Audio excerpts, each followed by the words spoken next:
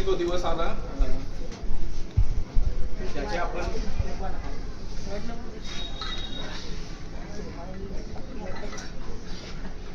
कोणीच वाट बघत नव्हतो. कसं आहे,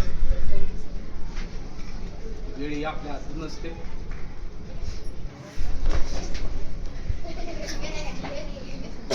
बघा, आले का पैसा? आयुष्यातला तिसरा प्रसंग आहे ज्यावेळेस पूर्णपणे निशब्द झालो आणि रडू थांबत नाही. पहिली वेळ होती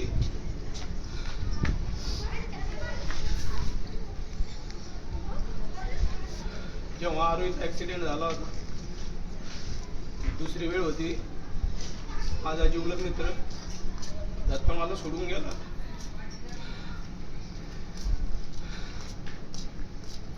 आजची तिसरी वेळ आपली निरोप समारंभ.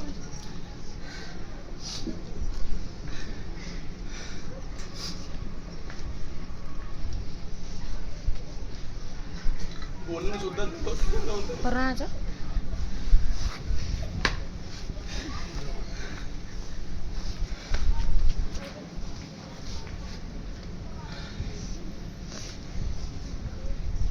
जेमतेम आपल्या 3 वर्षाचा सहवास आहे आपला. परंतु असं वाटतं आपलं जन्मोजन्मीचं नातं आहे आणि हे कायम राहणार आहे.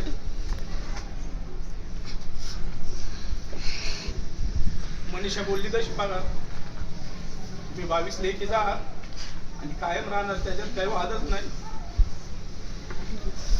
आपला जरी आजचा निरोप समारंभ असला तरी आपण कायम सोबत राहणार आहोत. खूप काही बोलायचं होतं परंतु शब्द निघत नाही माझ्या.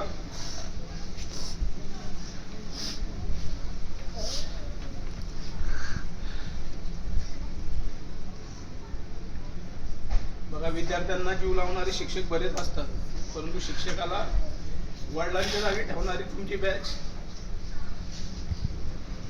माझ्या 19 वर्षातल्या शैक्षणिक प्रवासातली सगळ्यात बेस्ट बॅच होती, आहे आणि कायम राहील. तुम्ही जे सारखं मला विचारता तुम्ही आम्हाला विसराल का, तर मनीषा जशी म्हटली तशी की आपण श्वास घ्यायला कधी विसरतो, तसं तुम्हाला कधी विसरणं शक्य नाही. बघा, एक शिक्षक म्हणून मी आयुष्यात बऱ्याच गोष्टी मिळवलेल्या आहेत आणि एक वर्ग शिक्षक म्हणून मी काय अचीव केलं हे मी आज बघतोय. तुम्ही इकडे बघा एकदा, अल्बक्स रडतोय. याच्यापेक्षा मोठं काय असू शकतं आपल्यासाठी. बघा, 6वी सुरू झालेला आपला प्रवास, त्याच्यानंतर 7वी मध्ये गेल्या वर्षी आपण 1 एप्रिललाच आपली NMH ची तयारी सुरू झाली. बरेच शिक्षक मला भेटले, म्हणाले की सर हे तुमचं वैयक्तिक यश आहे. हे मला माझं अजिबात वैयक्तिक यश वाटत नाही. बघा, मी उन्हाळ्यात इथं आलो ही मोठी गोष्ट नाही. तुम्ही जे आपले 22 योद्धे होतात, प्रत्येकाने न चुकता एक काही सुट्टी न घेता तुम्ही शाळेमध्ये आलात ही खूप मोठी गोष्ट आहे. बघा, गायत्रीच्या बहिणीचं लग्न होतं, परंतु तिने एकही दिवस सुट्टी घेतली नाही. दिवाळीच्या सुट्ट्यामध्ये आरतीच्या वडिलांचं हटचं ऑपरेशन झालं तरी ती क्लासला होती. सराव पेपर चालू असताना मनीषाला सकाळी उलट्या झाल्या, परंतु पेपर चुकू नये म्हणून ती शाळेत आली. दर उन्हाळ्याच्या सुट्ट्यात मामाच्या गावाला जाणारी प्रांजल मामाच्या गावाला गेली नाही. त्याच्या घरचे महत्वाचे प्रोग्राम शाळेने सोडले. हे तुमच्या सहकार्याशिवाय हे काहीही शक्य होणार नव्हतं. आणि लोकांना आपला 50% निकाल दिसतो, 50% यश दिसतं, परंतु ते माझं नाही. तुम्हाला माहिती आहे, मी नेहमीच म्हणतो तुमचं यश हे माझं नाहीच, परंतु तुमचं जे अपयश आहे ते काही माझं असणार आहे. तुम्हाला 50%चा अभिमान अजिबातच नाही, पण जे 50% अपयश आलं त्याची खंत म्हणजे तुम्ही प्रयत्न केले नाही हे नाहीच. प्रत्येकाने मनापासून प्रयत्न केले, परंतु कधी कधी प्रयत्न हे दरवेळी यशामध्ये परिवर्तित होतीलच असं नाही. आता जे नापास झाले त्यांना ते सुद्धा सांगतील आणि आपल्याला सुद्धा माहिती आहे की त्यांनी किती प्रयत्न केले होते. आणि नक्कीच आपला निकाल अजून चांगला लागला असतं, पण ठीक आहे. जशी गौरी म्हटली तशी की आपल्या वर्गात नापास शब्दच नाही आणि कधीच नसणार आहे, तुमच्या बाबतीमध्ये कधीच नाही. आपण प्रयत्न करत राहायचे. मी नेहमी तुम्हाला सांगतो बघा की पडून राहण्यात अपयश नाही. अपयश एक आहे की आपण जेव्हा पडतो त्याच्यानंतर आपण काय करतो, आपण जर पुन्हा तयारीला लागलो तर आपण जीवनात कधी यशस्वी राहणार नाही, आपण कायम यशस्वी होणार. आणि तुमची बॅच अशी आहे की मला खूप अपेक्षा बघा तुमच्याकडे. फक्त तुमचा निरोप समारंभ आहे म्हणून नाही बोलत आहे मी. तुम्ही काहीतरी आयुष्यात खूप मोठं काहीतरी करायचंच आहे आणि त्यावेळेस तुमच्या घरच्यांना जेवढा आनंद होणार नाही ना त्याच्यापेक्षा जास्त आनंद मला होईल. तर तुम्ही मला जवळून बघताय. आपण प्रत्येकाचा बर्थडे सेलिब्रेट केलेलं आहे. त्याच्यानंतर जे पण आपले प्रोग्राम झालेले त्याच्यासाठी आपण माझ्याकडनं जेवढ्या गोष्टी होतील मी तेवढ्या तुमच्यासाठी केलेल्या आहेत. बघा जेवढे आपले NMS मध्ये पास झाले तुम्हाला गिफ्ट्स वगैरे दिलेले, असे तुम्ही आयुष्यात अजून मोठे व्हा, अजून माझ्याकडनं गिफ्ट्स घ्या आणि जास्तीत जास्त मला आनंद, मला घरच्यांना, आपल्या गावाचं नाव जेवढं मोठं करता तेवढं करत. आणि एक गोष्ट कायम लक्षात ठेवा बघा की तुमच्यामध्ये जी क्षमता आहे, आपल्यामध्ये ज्या क्षमता असतात ह्या आपल्याला कळल्या पाहिजेत. बघा आपण आयुष्यात खूप काही करू शकतो, काहीही करू शकतो. बघा अशक्य जगात असं काहीच नसतं, काहीच नसतं. जसं मी तुम्हाला नेहमी बघा, मी तुम्हाला उदाहरण देताना नेहमी माझंच उदाहरण द्यायचं, कारण की तुम्ही माझ्यासोबत लवकर कनेक्ट होता. मी तुम्हाला बऱ्याच वेळा सांगितलं, माझंच उदाहरण सांगितलेलं आहे. बघा 4थी पर्यंत सगळ्यात ढ विद्यार्थी मी होतो. 5वी मध्ये मी गेल्यानंतर चौधरी सर म्हणून शिक्षक आले. त्यांना काय माझ्यामध्ये दिसलं, ह्या सगळ्या स्टोरीज तुम्हाला सांगून झालेल्या, काय त्यांना दिसलं. त्याच्यानंतर 5वी पासून पहिला नंबर कधी गेलाच नाही. त्याच्यामुळे तुम्ही स्वतःवर कायम विश्वास ठेवा.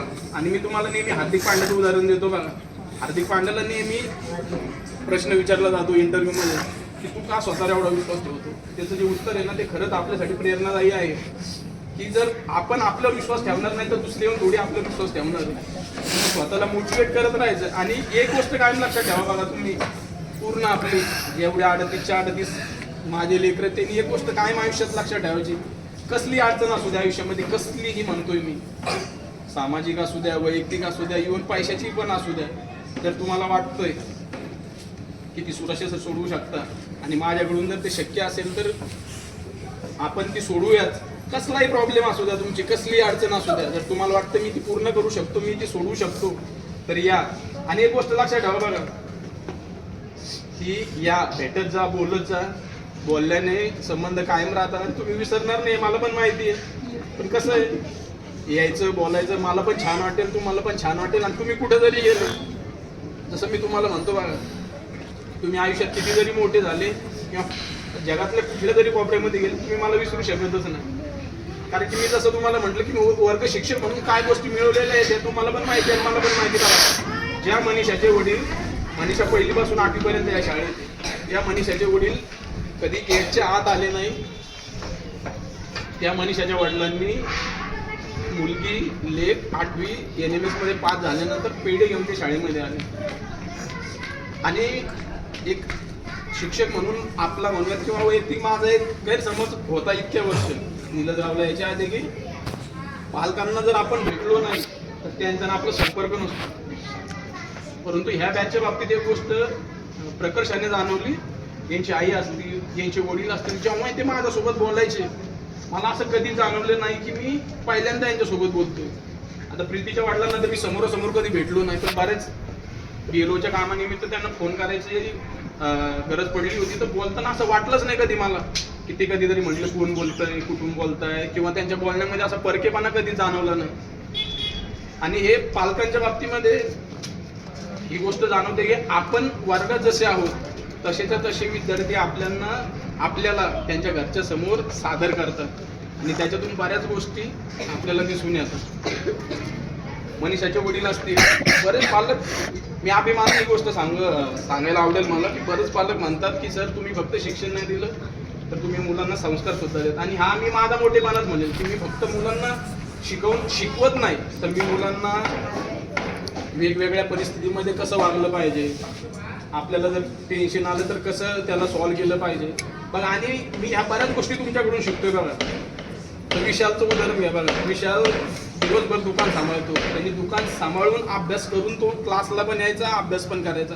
आणि विशालच्याच बाबतीत नाही, बऱ्याच म्हणण्यापेक्षा सगळ्याच मुली ज्या घरचे कामं करून सुद्धा शाळेमध्ये येऊन अभ्यास करतात. जर हे विद्यार्थी यांचं घरचं टेन्शन, यांच्या वैयक्तिक आयुष्यातलं टेन्शन जर बाजूला ठेवून जर ह्या गोष्टी करू शकतात तर मी का नाही. आणि 7वीला जेव्हा आपली NMH ची तयारी सुरू झाली तेव्हा तुमच्या सगळ्यांची डिमांड होती बघा की सर 8वीचे पूर्ण विषय तुम्ही घ्यायचे. त्यावेळेस मला टेन्शन यायचं की मी ह्या सगळ्या विषयांना न्याय देऊ शकतो का. तर माझा एक मित्र आहे प्रदीप सुराशी म्हणून, त्याच्यासोबत सगळ्या गोष्टी मी शेअर करतो. तर मी त्याच्यासोबत बोललो, अरे पद्या म्हणतो मी त्याला, पद्या म्हणलं असा असा विषय म्हणलं काय करू म्हणलं, लेकरांची तर इच्छा आहे म्हणलं. तर तो मला काय म्हटला की तुझे जे विद्यार्थी आहेत ते सगळ्या विषयांचा अभ्यास करणार आहेत ना. म्हटलं हो, पण जर ते विद्यार्थी असून सगळ्या विषयांचा अभ्यास करू शकते तर तू शिक्षक म्हणून त्यांना शिकवायला प्रॉब्लेम काय. आणि तुला तू तेवढं कॅपेबल वाटत नाही का तू मुलांना चांगल्या पद्धतीने शिकू शकतो. म्हणलं काहीच प्रॉब्लेम नाही, शिकू शकतो मी त्यांना. तरी मग बऱ्याच गोष्टी होत्यात बघा. मला NMH च्या निकालाच्या दिवशीची एक गोष्ट सांगायला आवडेल. जेव्हा मी 6वीला हा वर्ग घातला बघा, आता हे यांना पण आवडणारी गोष्ट सांगायला, यांच्यामध्ये ग्रुपिंग बऱ्यापैकी होती बघा. भांडणं झाल्याचे, आता ठीक आहे लेकरं म्हणल्यानंतर भांडणारच आहे, त्याचा काही विषय नाही. तर जे एकमेकांना बघून भांडायचे, तर NMH चा रिझल्ट लागल्यानंतर पास झालेल्या मैत्रिणी नापास झालेल्या मैत्रिणींसाठी रडत होते. वर्ग शिक्षक म्हणून मी ह्या गोष्टी मिळवलेल्या आहेत. आता जास्त काही बोलत नाही, बराच वेळ झालेला आहे. पण आयुष्यात फक्त एक गोष्ट लक्षात ठेवा, स्वतःवर विश्वास ठेवा, स्वतःच्या क्षमता ओळखा. तुम्ही जे करू शकता ते कोणीही करू शकत नाही. आणि परत एकदा सांगतो, आयुष्यात कधीही गरज लागली, कधीही कुठल्याही गोष्टीची गरज लागली तर हक्काने मला फोन करा, मेसेज करा, या भेटा. माझ्याकडून जर ती गोष्ट सुटणार असेल, पूर्ण होणार असेल तर मी पूर्णपणे तुम्हाला मदत करेनच. याच्यामध्ये कुठली शंका मनात ठेवू नका. या बोला, आपण त्या गोष्टी सॉर्ट आउट करूया. तुम्हाला पुढच्या भावी आयुष्यासाठी खूप साऱ्या शुभेच्छा देतो. स्वतःची काळजी घ्या, घरच्यांची काळजी घ्या, आरोग्याकडे लक्ष द्या.